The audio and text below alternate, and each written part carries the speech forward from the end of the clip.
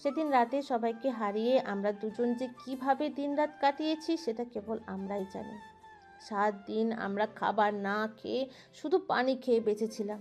না খেতে পেয়ে আমি ভীষণ অসুস্থ হয়ে পড়ি, সাথে শুভ্র ভাইও।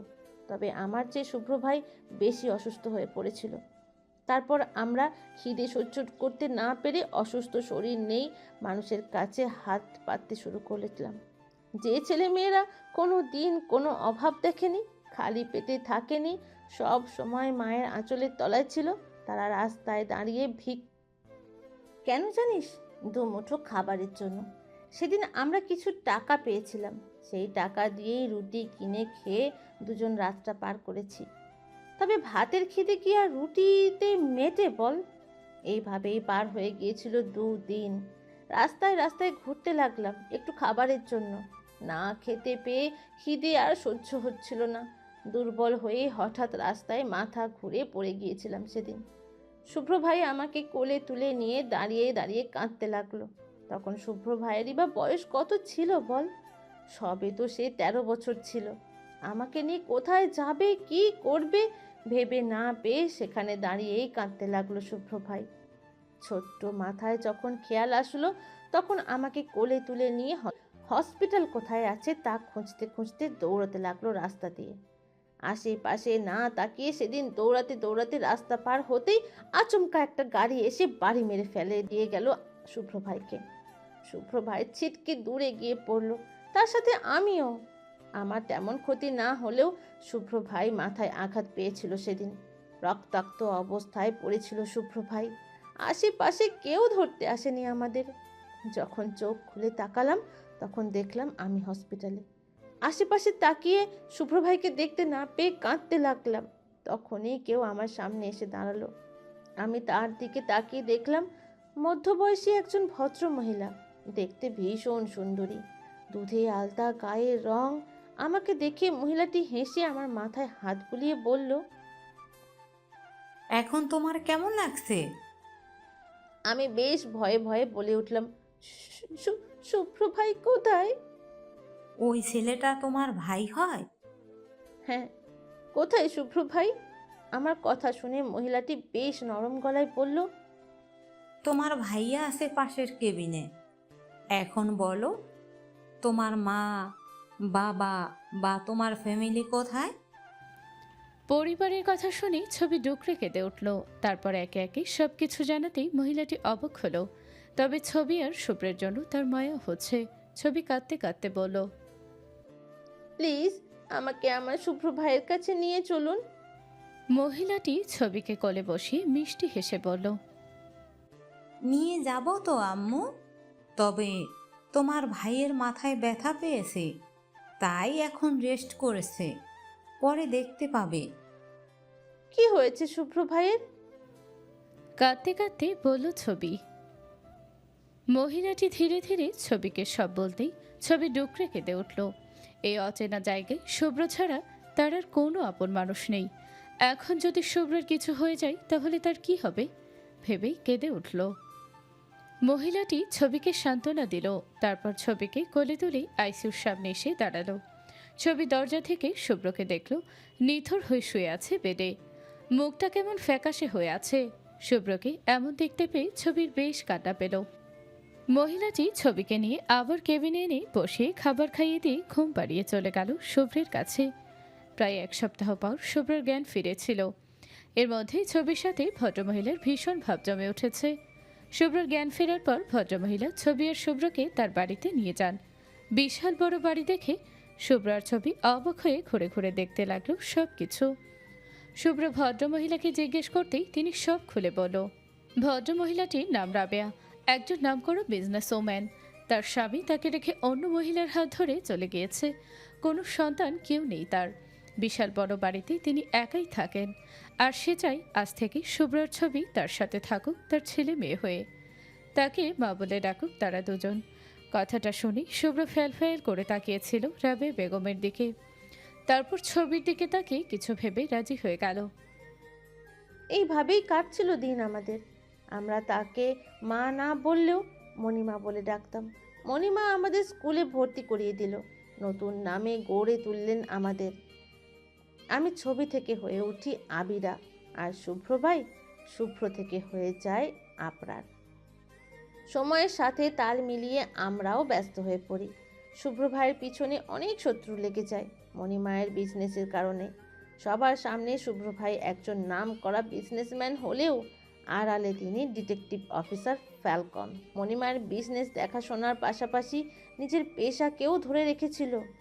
শুভ্র ভাইয়ের সব সময় একটাই কথা ছিল, যারা আমাদের পরিবারকে আমাদের কাছ থেকে দূরে সরিয়ে দিয়েছে তাদের কাউকে এই দুনিয়ায় রাখবে না। এর মাঝে শুভ্র ভাই মণিমায়ের সাথে কথা বলে বাংলাদেশে তোদের সবার খোঁজ খবরও নিয়েছে। তোর পিছনে সর্বদা একজন মানুষ থাকতো আড়ালে, তুই কি করছিস না করছিস সব খোঁজ খবর রাখতো শুভ্র ভাই। তবে তোদের কাছে আসতাম না, কারণ যদি আমাদের কারণে তোদের কারোর ক্ষতি করে দেয় তখন। এই ভয়ে বাংলাদেশে পা রাখিনি আমরা কেউ। তবে মণিমায়ের বিজনেসের কাজে শুভ্র ভাই বেশ কয়েকবার বাংলাদেশে আসতো। বাংলাদেশে এসে কাজের ফাঁকে দূর থেকে তোদের সবাইকে দেখে যেত। তোর বদলে যাওয়া দেখে শুভ্র ভাই পাগলের মতো ছটফট করত। মণিমায়ের কোলে মুখ গুঁজে কত কান্না করেছে তোর জন্য, হিসেব নেই কোনো। লন্ডনে মণিমায়ের বাড়িতে যদি তুই যেতে পারতিলা মিয়া, তুই যদি একবার শুভ্র ভাইয়ের বুক ফাটা চিৎকার শুনতে পেতি একবার, তাহলে শুভ্র ভাইয়ের প্রতি তোর ঘৃণা করার সাহস পেতি না। শুভ্র ভাই রোজ পুড়ছে তোকে সেদিনের বলার ওই কথার জন্য। শুভ্র ভাই রোজ পুড়ছে তোকে সেদিনের ওই কথা বলার জন্য। শুভ্র ভাইয়ের সাথে আমার কোনো সম্পর্ক নেই, আর না অন্য কোনো মেয়ের সাথে ছিল। সেদিনের যে ছবি দেখেছিলি আমি তোকে পাঠিয়েছিলাম, সেই মেয়ে আমার স্কুলের এক ফ্রেন্ড তিশা ছিল। প্রায় সময় আমাদের বাড়ি আসতো। শুভ্র ভাইকে এক দেখায় বেশ ভালো লেগেছিল। আমি যখন জানালাম তখনই বললাম প্রপোজ করে দিতে। আমার কথা অনুযায়ী তিশা সেদিন প্রপোজ করে ভাইকে। শুভ্র ভাই রিজেক্ট করে দেওয়ায় শুভ্র ভাইকে জড়িয়ে ধরে কান্না করেছিল। তখনই আমি কয়েকটা ছবি তুলে রেখেছিলাম তোকে দেবার জন্য, কারণ তুই এসব দেখলে ভীষণ কষ্ট পাবি তাই। আর তোকে কষ্ট দেওয়ার জন্যেই আমি পাঠিয়েছিলাম সেদিন ওই ছবিগুলো। আর তুইও আমার ফেলানো টোপে পা দিয়েছিলি। শুভ্র ভাইকে তুই সেদিন এসব বলাতে শুভ্র ভাই অনেকবার তোকে বোঝানোর চেষ্টা করেছিল, কিন্তু তুই সেদিন বুঝিসনি। তাই রাগ করে বাধ্য হয়ে বলে দিয়েছিল যে হ্যাঁ ওই মেয়েকে ভালোবাসি আর বিয়ে করব। বলেই মামনির ফোন রেগে আছাড় মেরে ভেঙে দিয়েছিল। তার জন্য তুই কল করার পর আর শুভ্র ভাইকে লাইনে পাসনি। যখন শুভ্র ভাইয়ের রাগ কমলো তখনই সেই কালো রাত আমাদের উপর আসলো। আর এখানে এসেছিল কাজের সূত্রে, ওই নাসির কায়সারের জন্য। রাশেদ, লাবিব আর জাহিদ ভাই ও এই মিশনে ছিল। তবে তারা প্রথমে কেউ চেনেনি শুভ্র ভাইকে। যখন শুভ্র ভাই নিজের পরিচয় জানালো তখন তারা চিনতে পেরেছে। তারপর মেজো মামাকে খবর পাঠালো। মেজো মামা সেখানে উপস্থিত হতেই শুভ্র ভাইকে দেখে বুকে জড়িয়ে কেঁদে উঠল।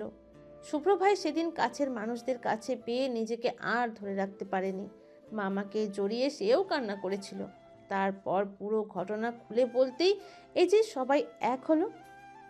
তারপর আবার শুভ্র ভাই লন্ডন ব্যাক করতে চেয়েছিল, কিন্তু চলে যাবার আগে তাদের টিমের একটা মিশন ছিল। তবে ভুলবশত সেদিন তাদের সিকিউরিটি বেবি ডগ হারিয়ে গিয়েছিল। আর সেই কুকুরটি আর কারো কাছে না, তোর কাছেই এসে পড়ল। বলেই থামলো ছবি। লামিয়া অবাক হয়ে ছবির দিকে তাকিয়ে বলো, মানে? ছবি তা শুনে মুচকি হেসে আবার বলতে শুরু করলো, মানে তুই যাকে জ্যাকি বলে এত মাস নিজের সন্তানের মতো বড় করেছিস, সে রাস্তার কুকুর নয়, সেটা পুলিশের কুকুর। তার নাম চ্যাম্প। এই চ্যাম্পের মাও আছে। তোর থেকে নিয়ে যেতে চেয়েছিল, কিন্তু শুভ্র ভাই নিতে দেয়নি ওকে তোর থেকে। চ্যাম্পকে যেদিন পেয়েছিলি সেদিনই তোর সাথে নাসির কায়সারের দেখা হয়েছিল। আর নাসির কায়সার তোকে প্রথম দেখেই তোকে পছন্দ করে বসে। তোর জন্যই মামাদের কোম্পানিকে জেনেও রাশেদ, লাবিব, জাহিদ ভাই আর মেজো মামা সব কিছু জেনেও কাউকে কিচ্ছু বুঝতে না দিয়ে চুপচাপ রাজি হয়ে যায়। তারপর তোর মনে আছে মাঝ রাস্তায় তোর সামনে শুভ্র ভাই একজনকে গুলি করেছিল। তুই তখন চিনতি না শুভ্র ভাইকে, হয়তো ভুল ভেবেছিলি কেন মেরেছে। সেদিন অফিসে রাশিদ ভাইয়ের কাছে টাকা আনার জন্য অফিসে গিয়েছিলি। সেদিন কায়সারও ওইখানেই ছিল। কায়সার তোকে তুলে নিয়ে যাবার জন্য তোর পিছনে লোক পাঠিয়েছিল, আর শুভ্র ভাই তার জন্য লোকগুলোকে গুলি করেছিল। কায়সার অনেকবার তোকে তুলে নিতে চেয়েছিল, কিন্তু শুভ্র ভাইয়ের জন্য পারেনি। এমনকি সেদিন হলুদের রাতে তোকে তুলে নেওয়ার জন্য ওই কায়সারই লোক পাঠিয়েছিল। সেদিনও তোকে শুভ্র ভাই বাঁচিয়েছিল, আর বাড়ির সবাই জেনেছিল তারা সেদিন আয়না ভাবিকে তুলে নিতে গিয়েছিল। তুই মাতাল অবস্থায় ছিলি, তাই কিছু জানতে পারিসনি, আর কেউ কিছু জানায়ও নি। আর শুভ্র ভাইও বারণ করেছিল সবাইকে। তোর রাগ শুভ্র ভাই নিজে ভাঙতে চেয়েছিল, কিন্তু তার আগেই তুই জেনে গিয়েছিস। তবে শুভ্র ভাই তোকে পাগলের মতো ভালোবাসে, সব সময় তোর ছায়া হয়ে তোর পাশে থাকে, কিন্তু তুই তো অন্ধকারে হাঁটিস, তাই দেখতে পাস না। তুই কি কষ্ট পেয়েছিস, তার থেকে দ্বিগুণ কষ্ট পেয়েছে শুভ্র ভাই। শুভ্র ভাই অনেক কষ্ট পেয়েছে রে, আমি জানি তুইও পেয়েছিস। তবে দুজনের মধ্যে সব ভেজাল ঠিক করে নে। শুভ্র ভাইকে আর কষ্ট দিস না, তুই ছাড়া শুভ্র ভাইয়ের কেউ নেই রে লামু। লামিয়া বাকরুদ্ধ হয়ে বসে আছে, মাথা নিচু করে, গলা দিয়ে কোনো কথা বের হচ্ছে না। তাইবা মাহিরও চুপ করে বসে আছে। ছবি লামিয়ার দিকে তাকিয়ে আছে, হয়তো কিছু শোনার জন্য, কিন্তু লামিয়া কিছু না বলে গম্ভীর গলায় বলল, আমি একটু একা থাকতে চাই, বেরিয়ে যা এখান থেকে। লামিয়ার কথা শুনে সবাই আস্তে করে বেরিয়ে গেল। সবাই বেরিয়ে যেতেই লামিয়া বসা থেকে উঠে দরজা লাগিয়ে দিয়ে বারান্দায় এসে দাঁড়ালো। তার কিছু ভালো লাগছে না, সব কিছুই তো ভালো ছিল, তাহলে এমন এলোমেলো কেন লাগছে? না, আর মাথায় কিছু নেওয়া যাবে না ভেবেই বারান্দা থেকে এসে বিছানায় শুয়ে পড়ল। গাছের নিচে দাঁড়িয়ে দাঁড়িয়ে পেয়ারা খাচ্ছে তাইবা। পরনে তার কার্গো প্যান্ট, গায়ে কালো গেঞ্জি, বা হাতে সবসময় একটা কালো ব্রেসলেট থাকে, মাথায় উঁচু করে ছুটি করা। লামিয়ার মতো পুরো চুল লেয়ার কাট দেওয়া। তবে লামিয়ার চুল কোমর ছেড়ে চলে গিয়েছে, কিন্তু তাইবার চুলগুলো সবসময় কেটে মাঝারি সমান করে রাখে, না বড় হতে দেয় আর না ছোট। তা দেখে বিরক্ত হলো জাহিদ। তাইবাকে এর জন্য তার ভীষণ বিরক্ত লাগে। এক নম্বরের ঘাওড়া স্বভাবের মেয়ে। লামিয়া সবসময় কামিজ পরে থাকে, আর এই মেয়েকে শুধু বিয়েতেই দেখলো মেয়েদের জামা পরতে। তাছাড়া এই মেয়েকে টপস, গেঞ্জি, প্যান্ট, শার্ট পরতেই দেখে, ভেবে বিরক্ত হয়ে কপাল কুচকালো জাহিদ। বড় বড় পা ফেলে এগিয়ে গেল তাইবার সামনেই। তাইবা পেয়ারায় কামড় দিয়ে মাথা তুলে জাহিদকে দেখে ভ্রু নাচিয়ে বলল, কি কি? জাহিদও তাইবার মতো করে ভ্রু নাচিয়ে বলল, কি সমস্যা? আমার নকল করছেন কেন? কোন দেশের প্রেসিডেন্ট যে তোর নকল করতে যাব? প্রেসিডেন্ট না, তবে তার চেয়েও বেশি কিছু। এই, তুই নিজেকে কি মনে করিস? আমার ভবিষ্যৎ জামাইয়ের বউ আর ভবিষ্যৎ প্রজন্মের মা। জাহিদ বেশ বিরক্ত হয়ে বলল, তেড়া তেড়া কথা না বলে এখন বল, এই সন্ধ্যার সময় এখানে কি তোর? নাচতে এসেছি, দেখতে পাচ্ছেন না? এমন তেড়া তেড়া কথা বলবি না। 100 বার বলবো, কি করবেন? জাহিদ তাইবার কথা শুনে বেশ শীতল দৃষ্টিতে তাকালো তার দিকে। তাইবা পেয়ারা চিবোতে চিবোতে তাকিয়ে আছে জাহিদের দিকে। তাইবার এমন চাহনি দেখে জাহিদ নিজের ঠোঁট কামড়ে ধরল। তাইবা ভ্রুকুচকে তাকাতেই আচমকা জাহিদ তাইবার কোমর চেপে নিজের কাছে টেনে একদম কাছে নিয়ে আসলো। তাইবা বড় বড় চোখ করে ফেলল। কিছু বোঝার আগেই জাহিদ তাইবার ওষ্ঠ চেপে ধরল। তাইবা সঙ্গে সঙ্গে চোখ বন্ধ করে নিল। জীবনে প্রথম কোনো পুরুষের স্পর্শে তাইবা বরফের ন্যায় পরিণত হলো। হাত থেকে পেয়ারা পড়ে গেল। তাইবার হুঁশ আসতেই জাহিদের বুকে কিল খুশি মারল, কিন্তু জাহিদ ছাড়ল না, বরং আরও চেপে ধরল। তোদের চুম্মাচাটি শেষ হলে কি আমরা নিচে নামতে পারবো, নাকি গাছেই চড়ে থাকবো? কোনটা? সন্ধ্যা আজান দিচ্ছে তো। হঠাৎ কারোর কথাই জাহিদের ধ্যান ভাঙতেই তাইবার থেকে ছিটকে দূরে সরে দাঁড়ালো। ছাড়া পেতেই তাইবা বড় বড় নিঃশ্বাস নিচ্ছে। জাহিদ মাথা তুলে গাছের দিকে তাকাতেই চমকে উঠল। গাছে তায়েব আর মাহির দাঁত কেলিয়ে বসে আছে, তাও হাতে মোবাইল নিয়ে। তা দেখে জাহিদ তাইবার দিকে তাকালো।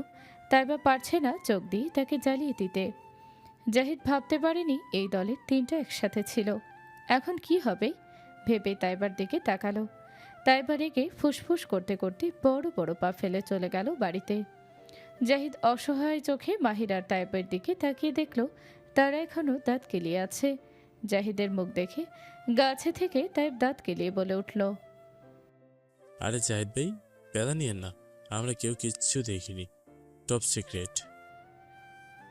জাহিদ তায়েবের কথায় আস্তে করে বলল, সত্যি তো? উপর থেকে মাহির বলে উঠল, হুম ভাই, টপ সিক্রেট। মাহির আর তাইবের কথা শুনে জাহিদ একটু স্বস্তির শ্বাস ফেলে তাদের দুজনকে বিশ্বাস করে চলে গেল। জাহিদের যাওয়ার দিকে তাকিয়ে মাহির আর তাইব গাছ থেকে নেমে দুজন দুজনের দিকে তাকিয়ে বৃদ্ধাঙ্গুল দেখে একসাথে বলে উঠল, টপ সিক্রেট বলেই চোখ মারল। তারপর শয়তানি হেসে চলে গেল বাড়িতে। রাত প্রায় 10টা। পিটপিট করে চোখ খুলে দেখল চারদিকে অন্ধকার। লামিয়া চোখ কসলাতে কসলাতে ঘুম থেকে উঠে বসল। হাত বাড়ি বালিশের নিচ থেকে মোবাইল বের করতেই দেখল 10টা বাজে। তা দেখে ভ্রুজোড়া কুঁচকে এলো। বিছানা থেকে উঠে লাইট অন করে আলমারি থেকে জামা বের করে চলে গেল গোসল করতে। গোসল না করলে ভালো লাগবে না তার, তাই চলে গেল গোসলে। বেশ কিছুক্ষণ পর শীতে ঠকঠক করতে করতে মাথায় গামছা পেঁচিয়ে বেরিয়ে এলো। চুল থেকে গামছা খুলে চুল ছাড়তেই দরজায় কেউ কড়া নাড়ল। লামিয়া এগিয়ে গিয়ে দরজা খুলতেই দেখল হামিদ সাহেব দাঁড়িয়ে আছে, হাতে চেক বই আর কিছু ফাইল হাতে নিয়ে। বাবা, তুমি কি হয়েছে কিছু বলবে?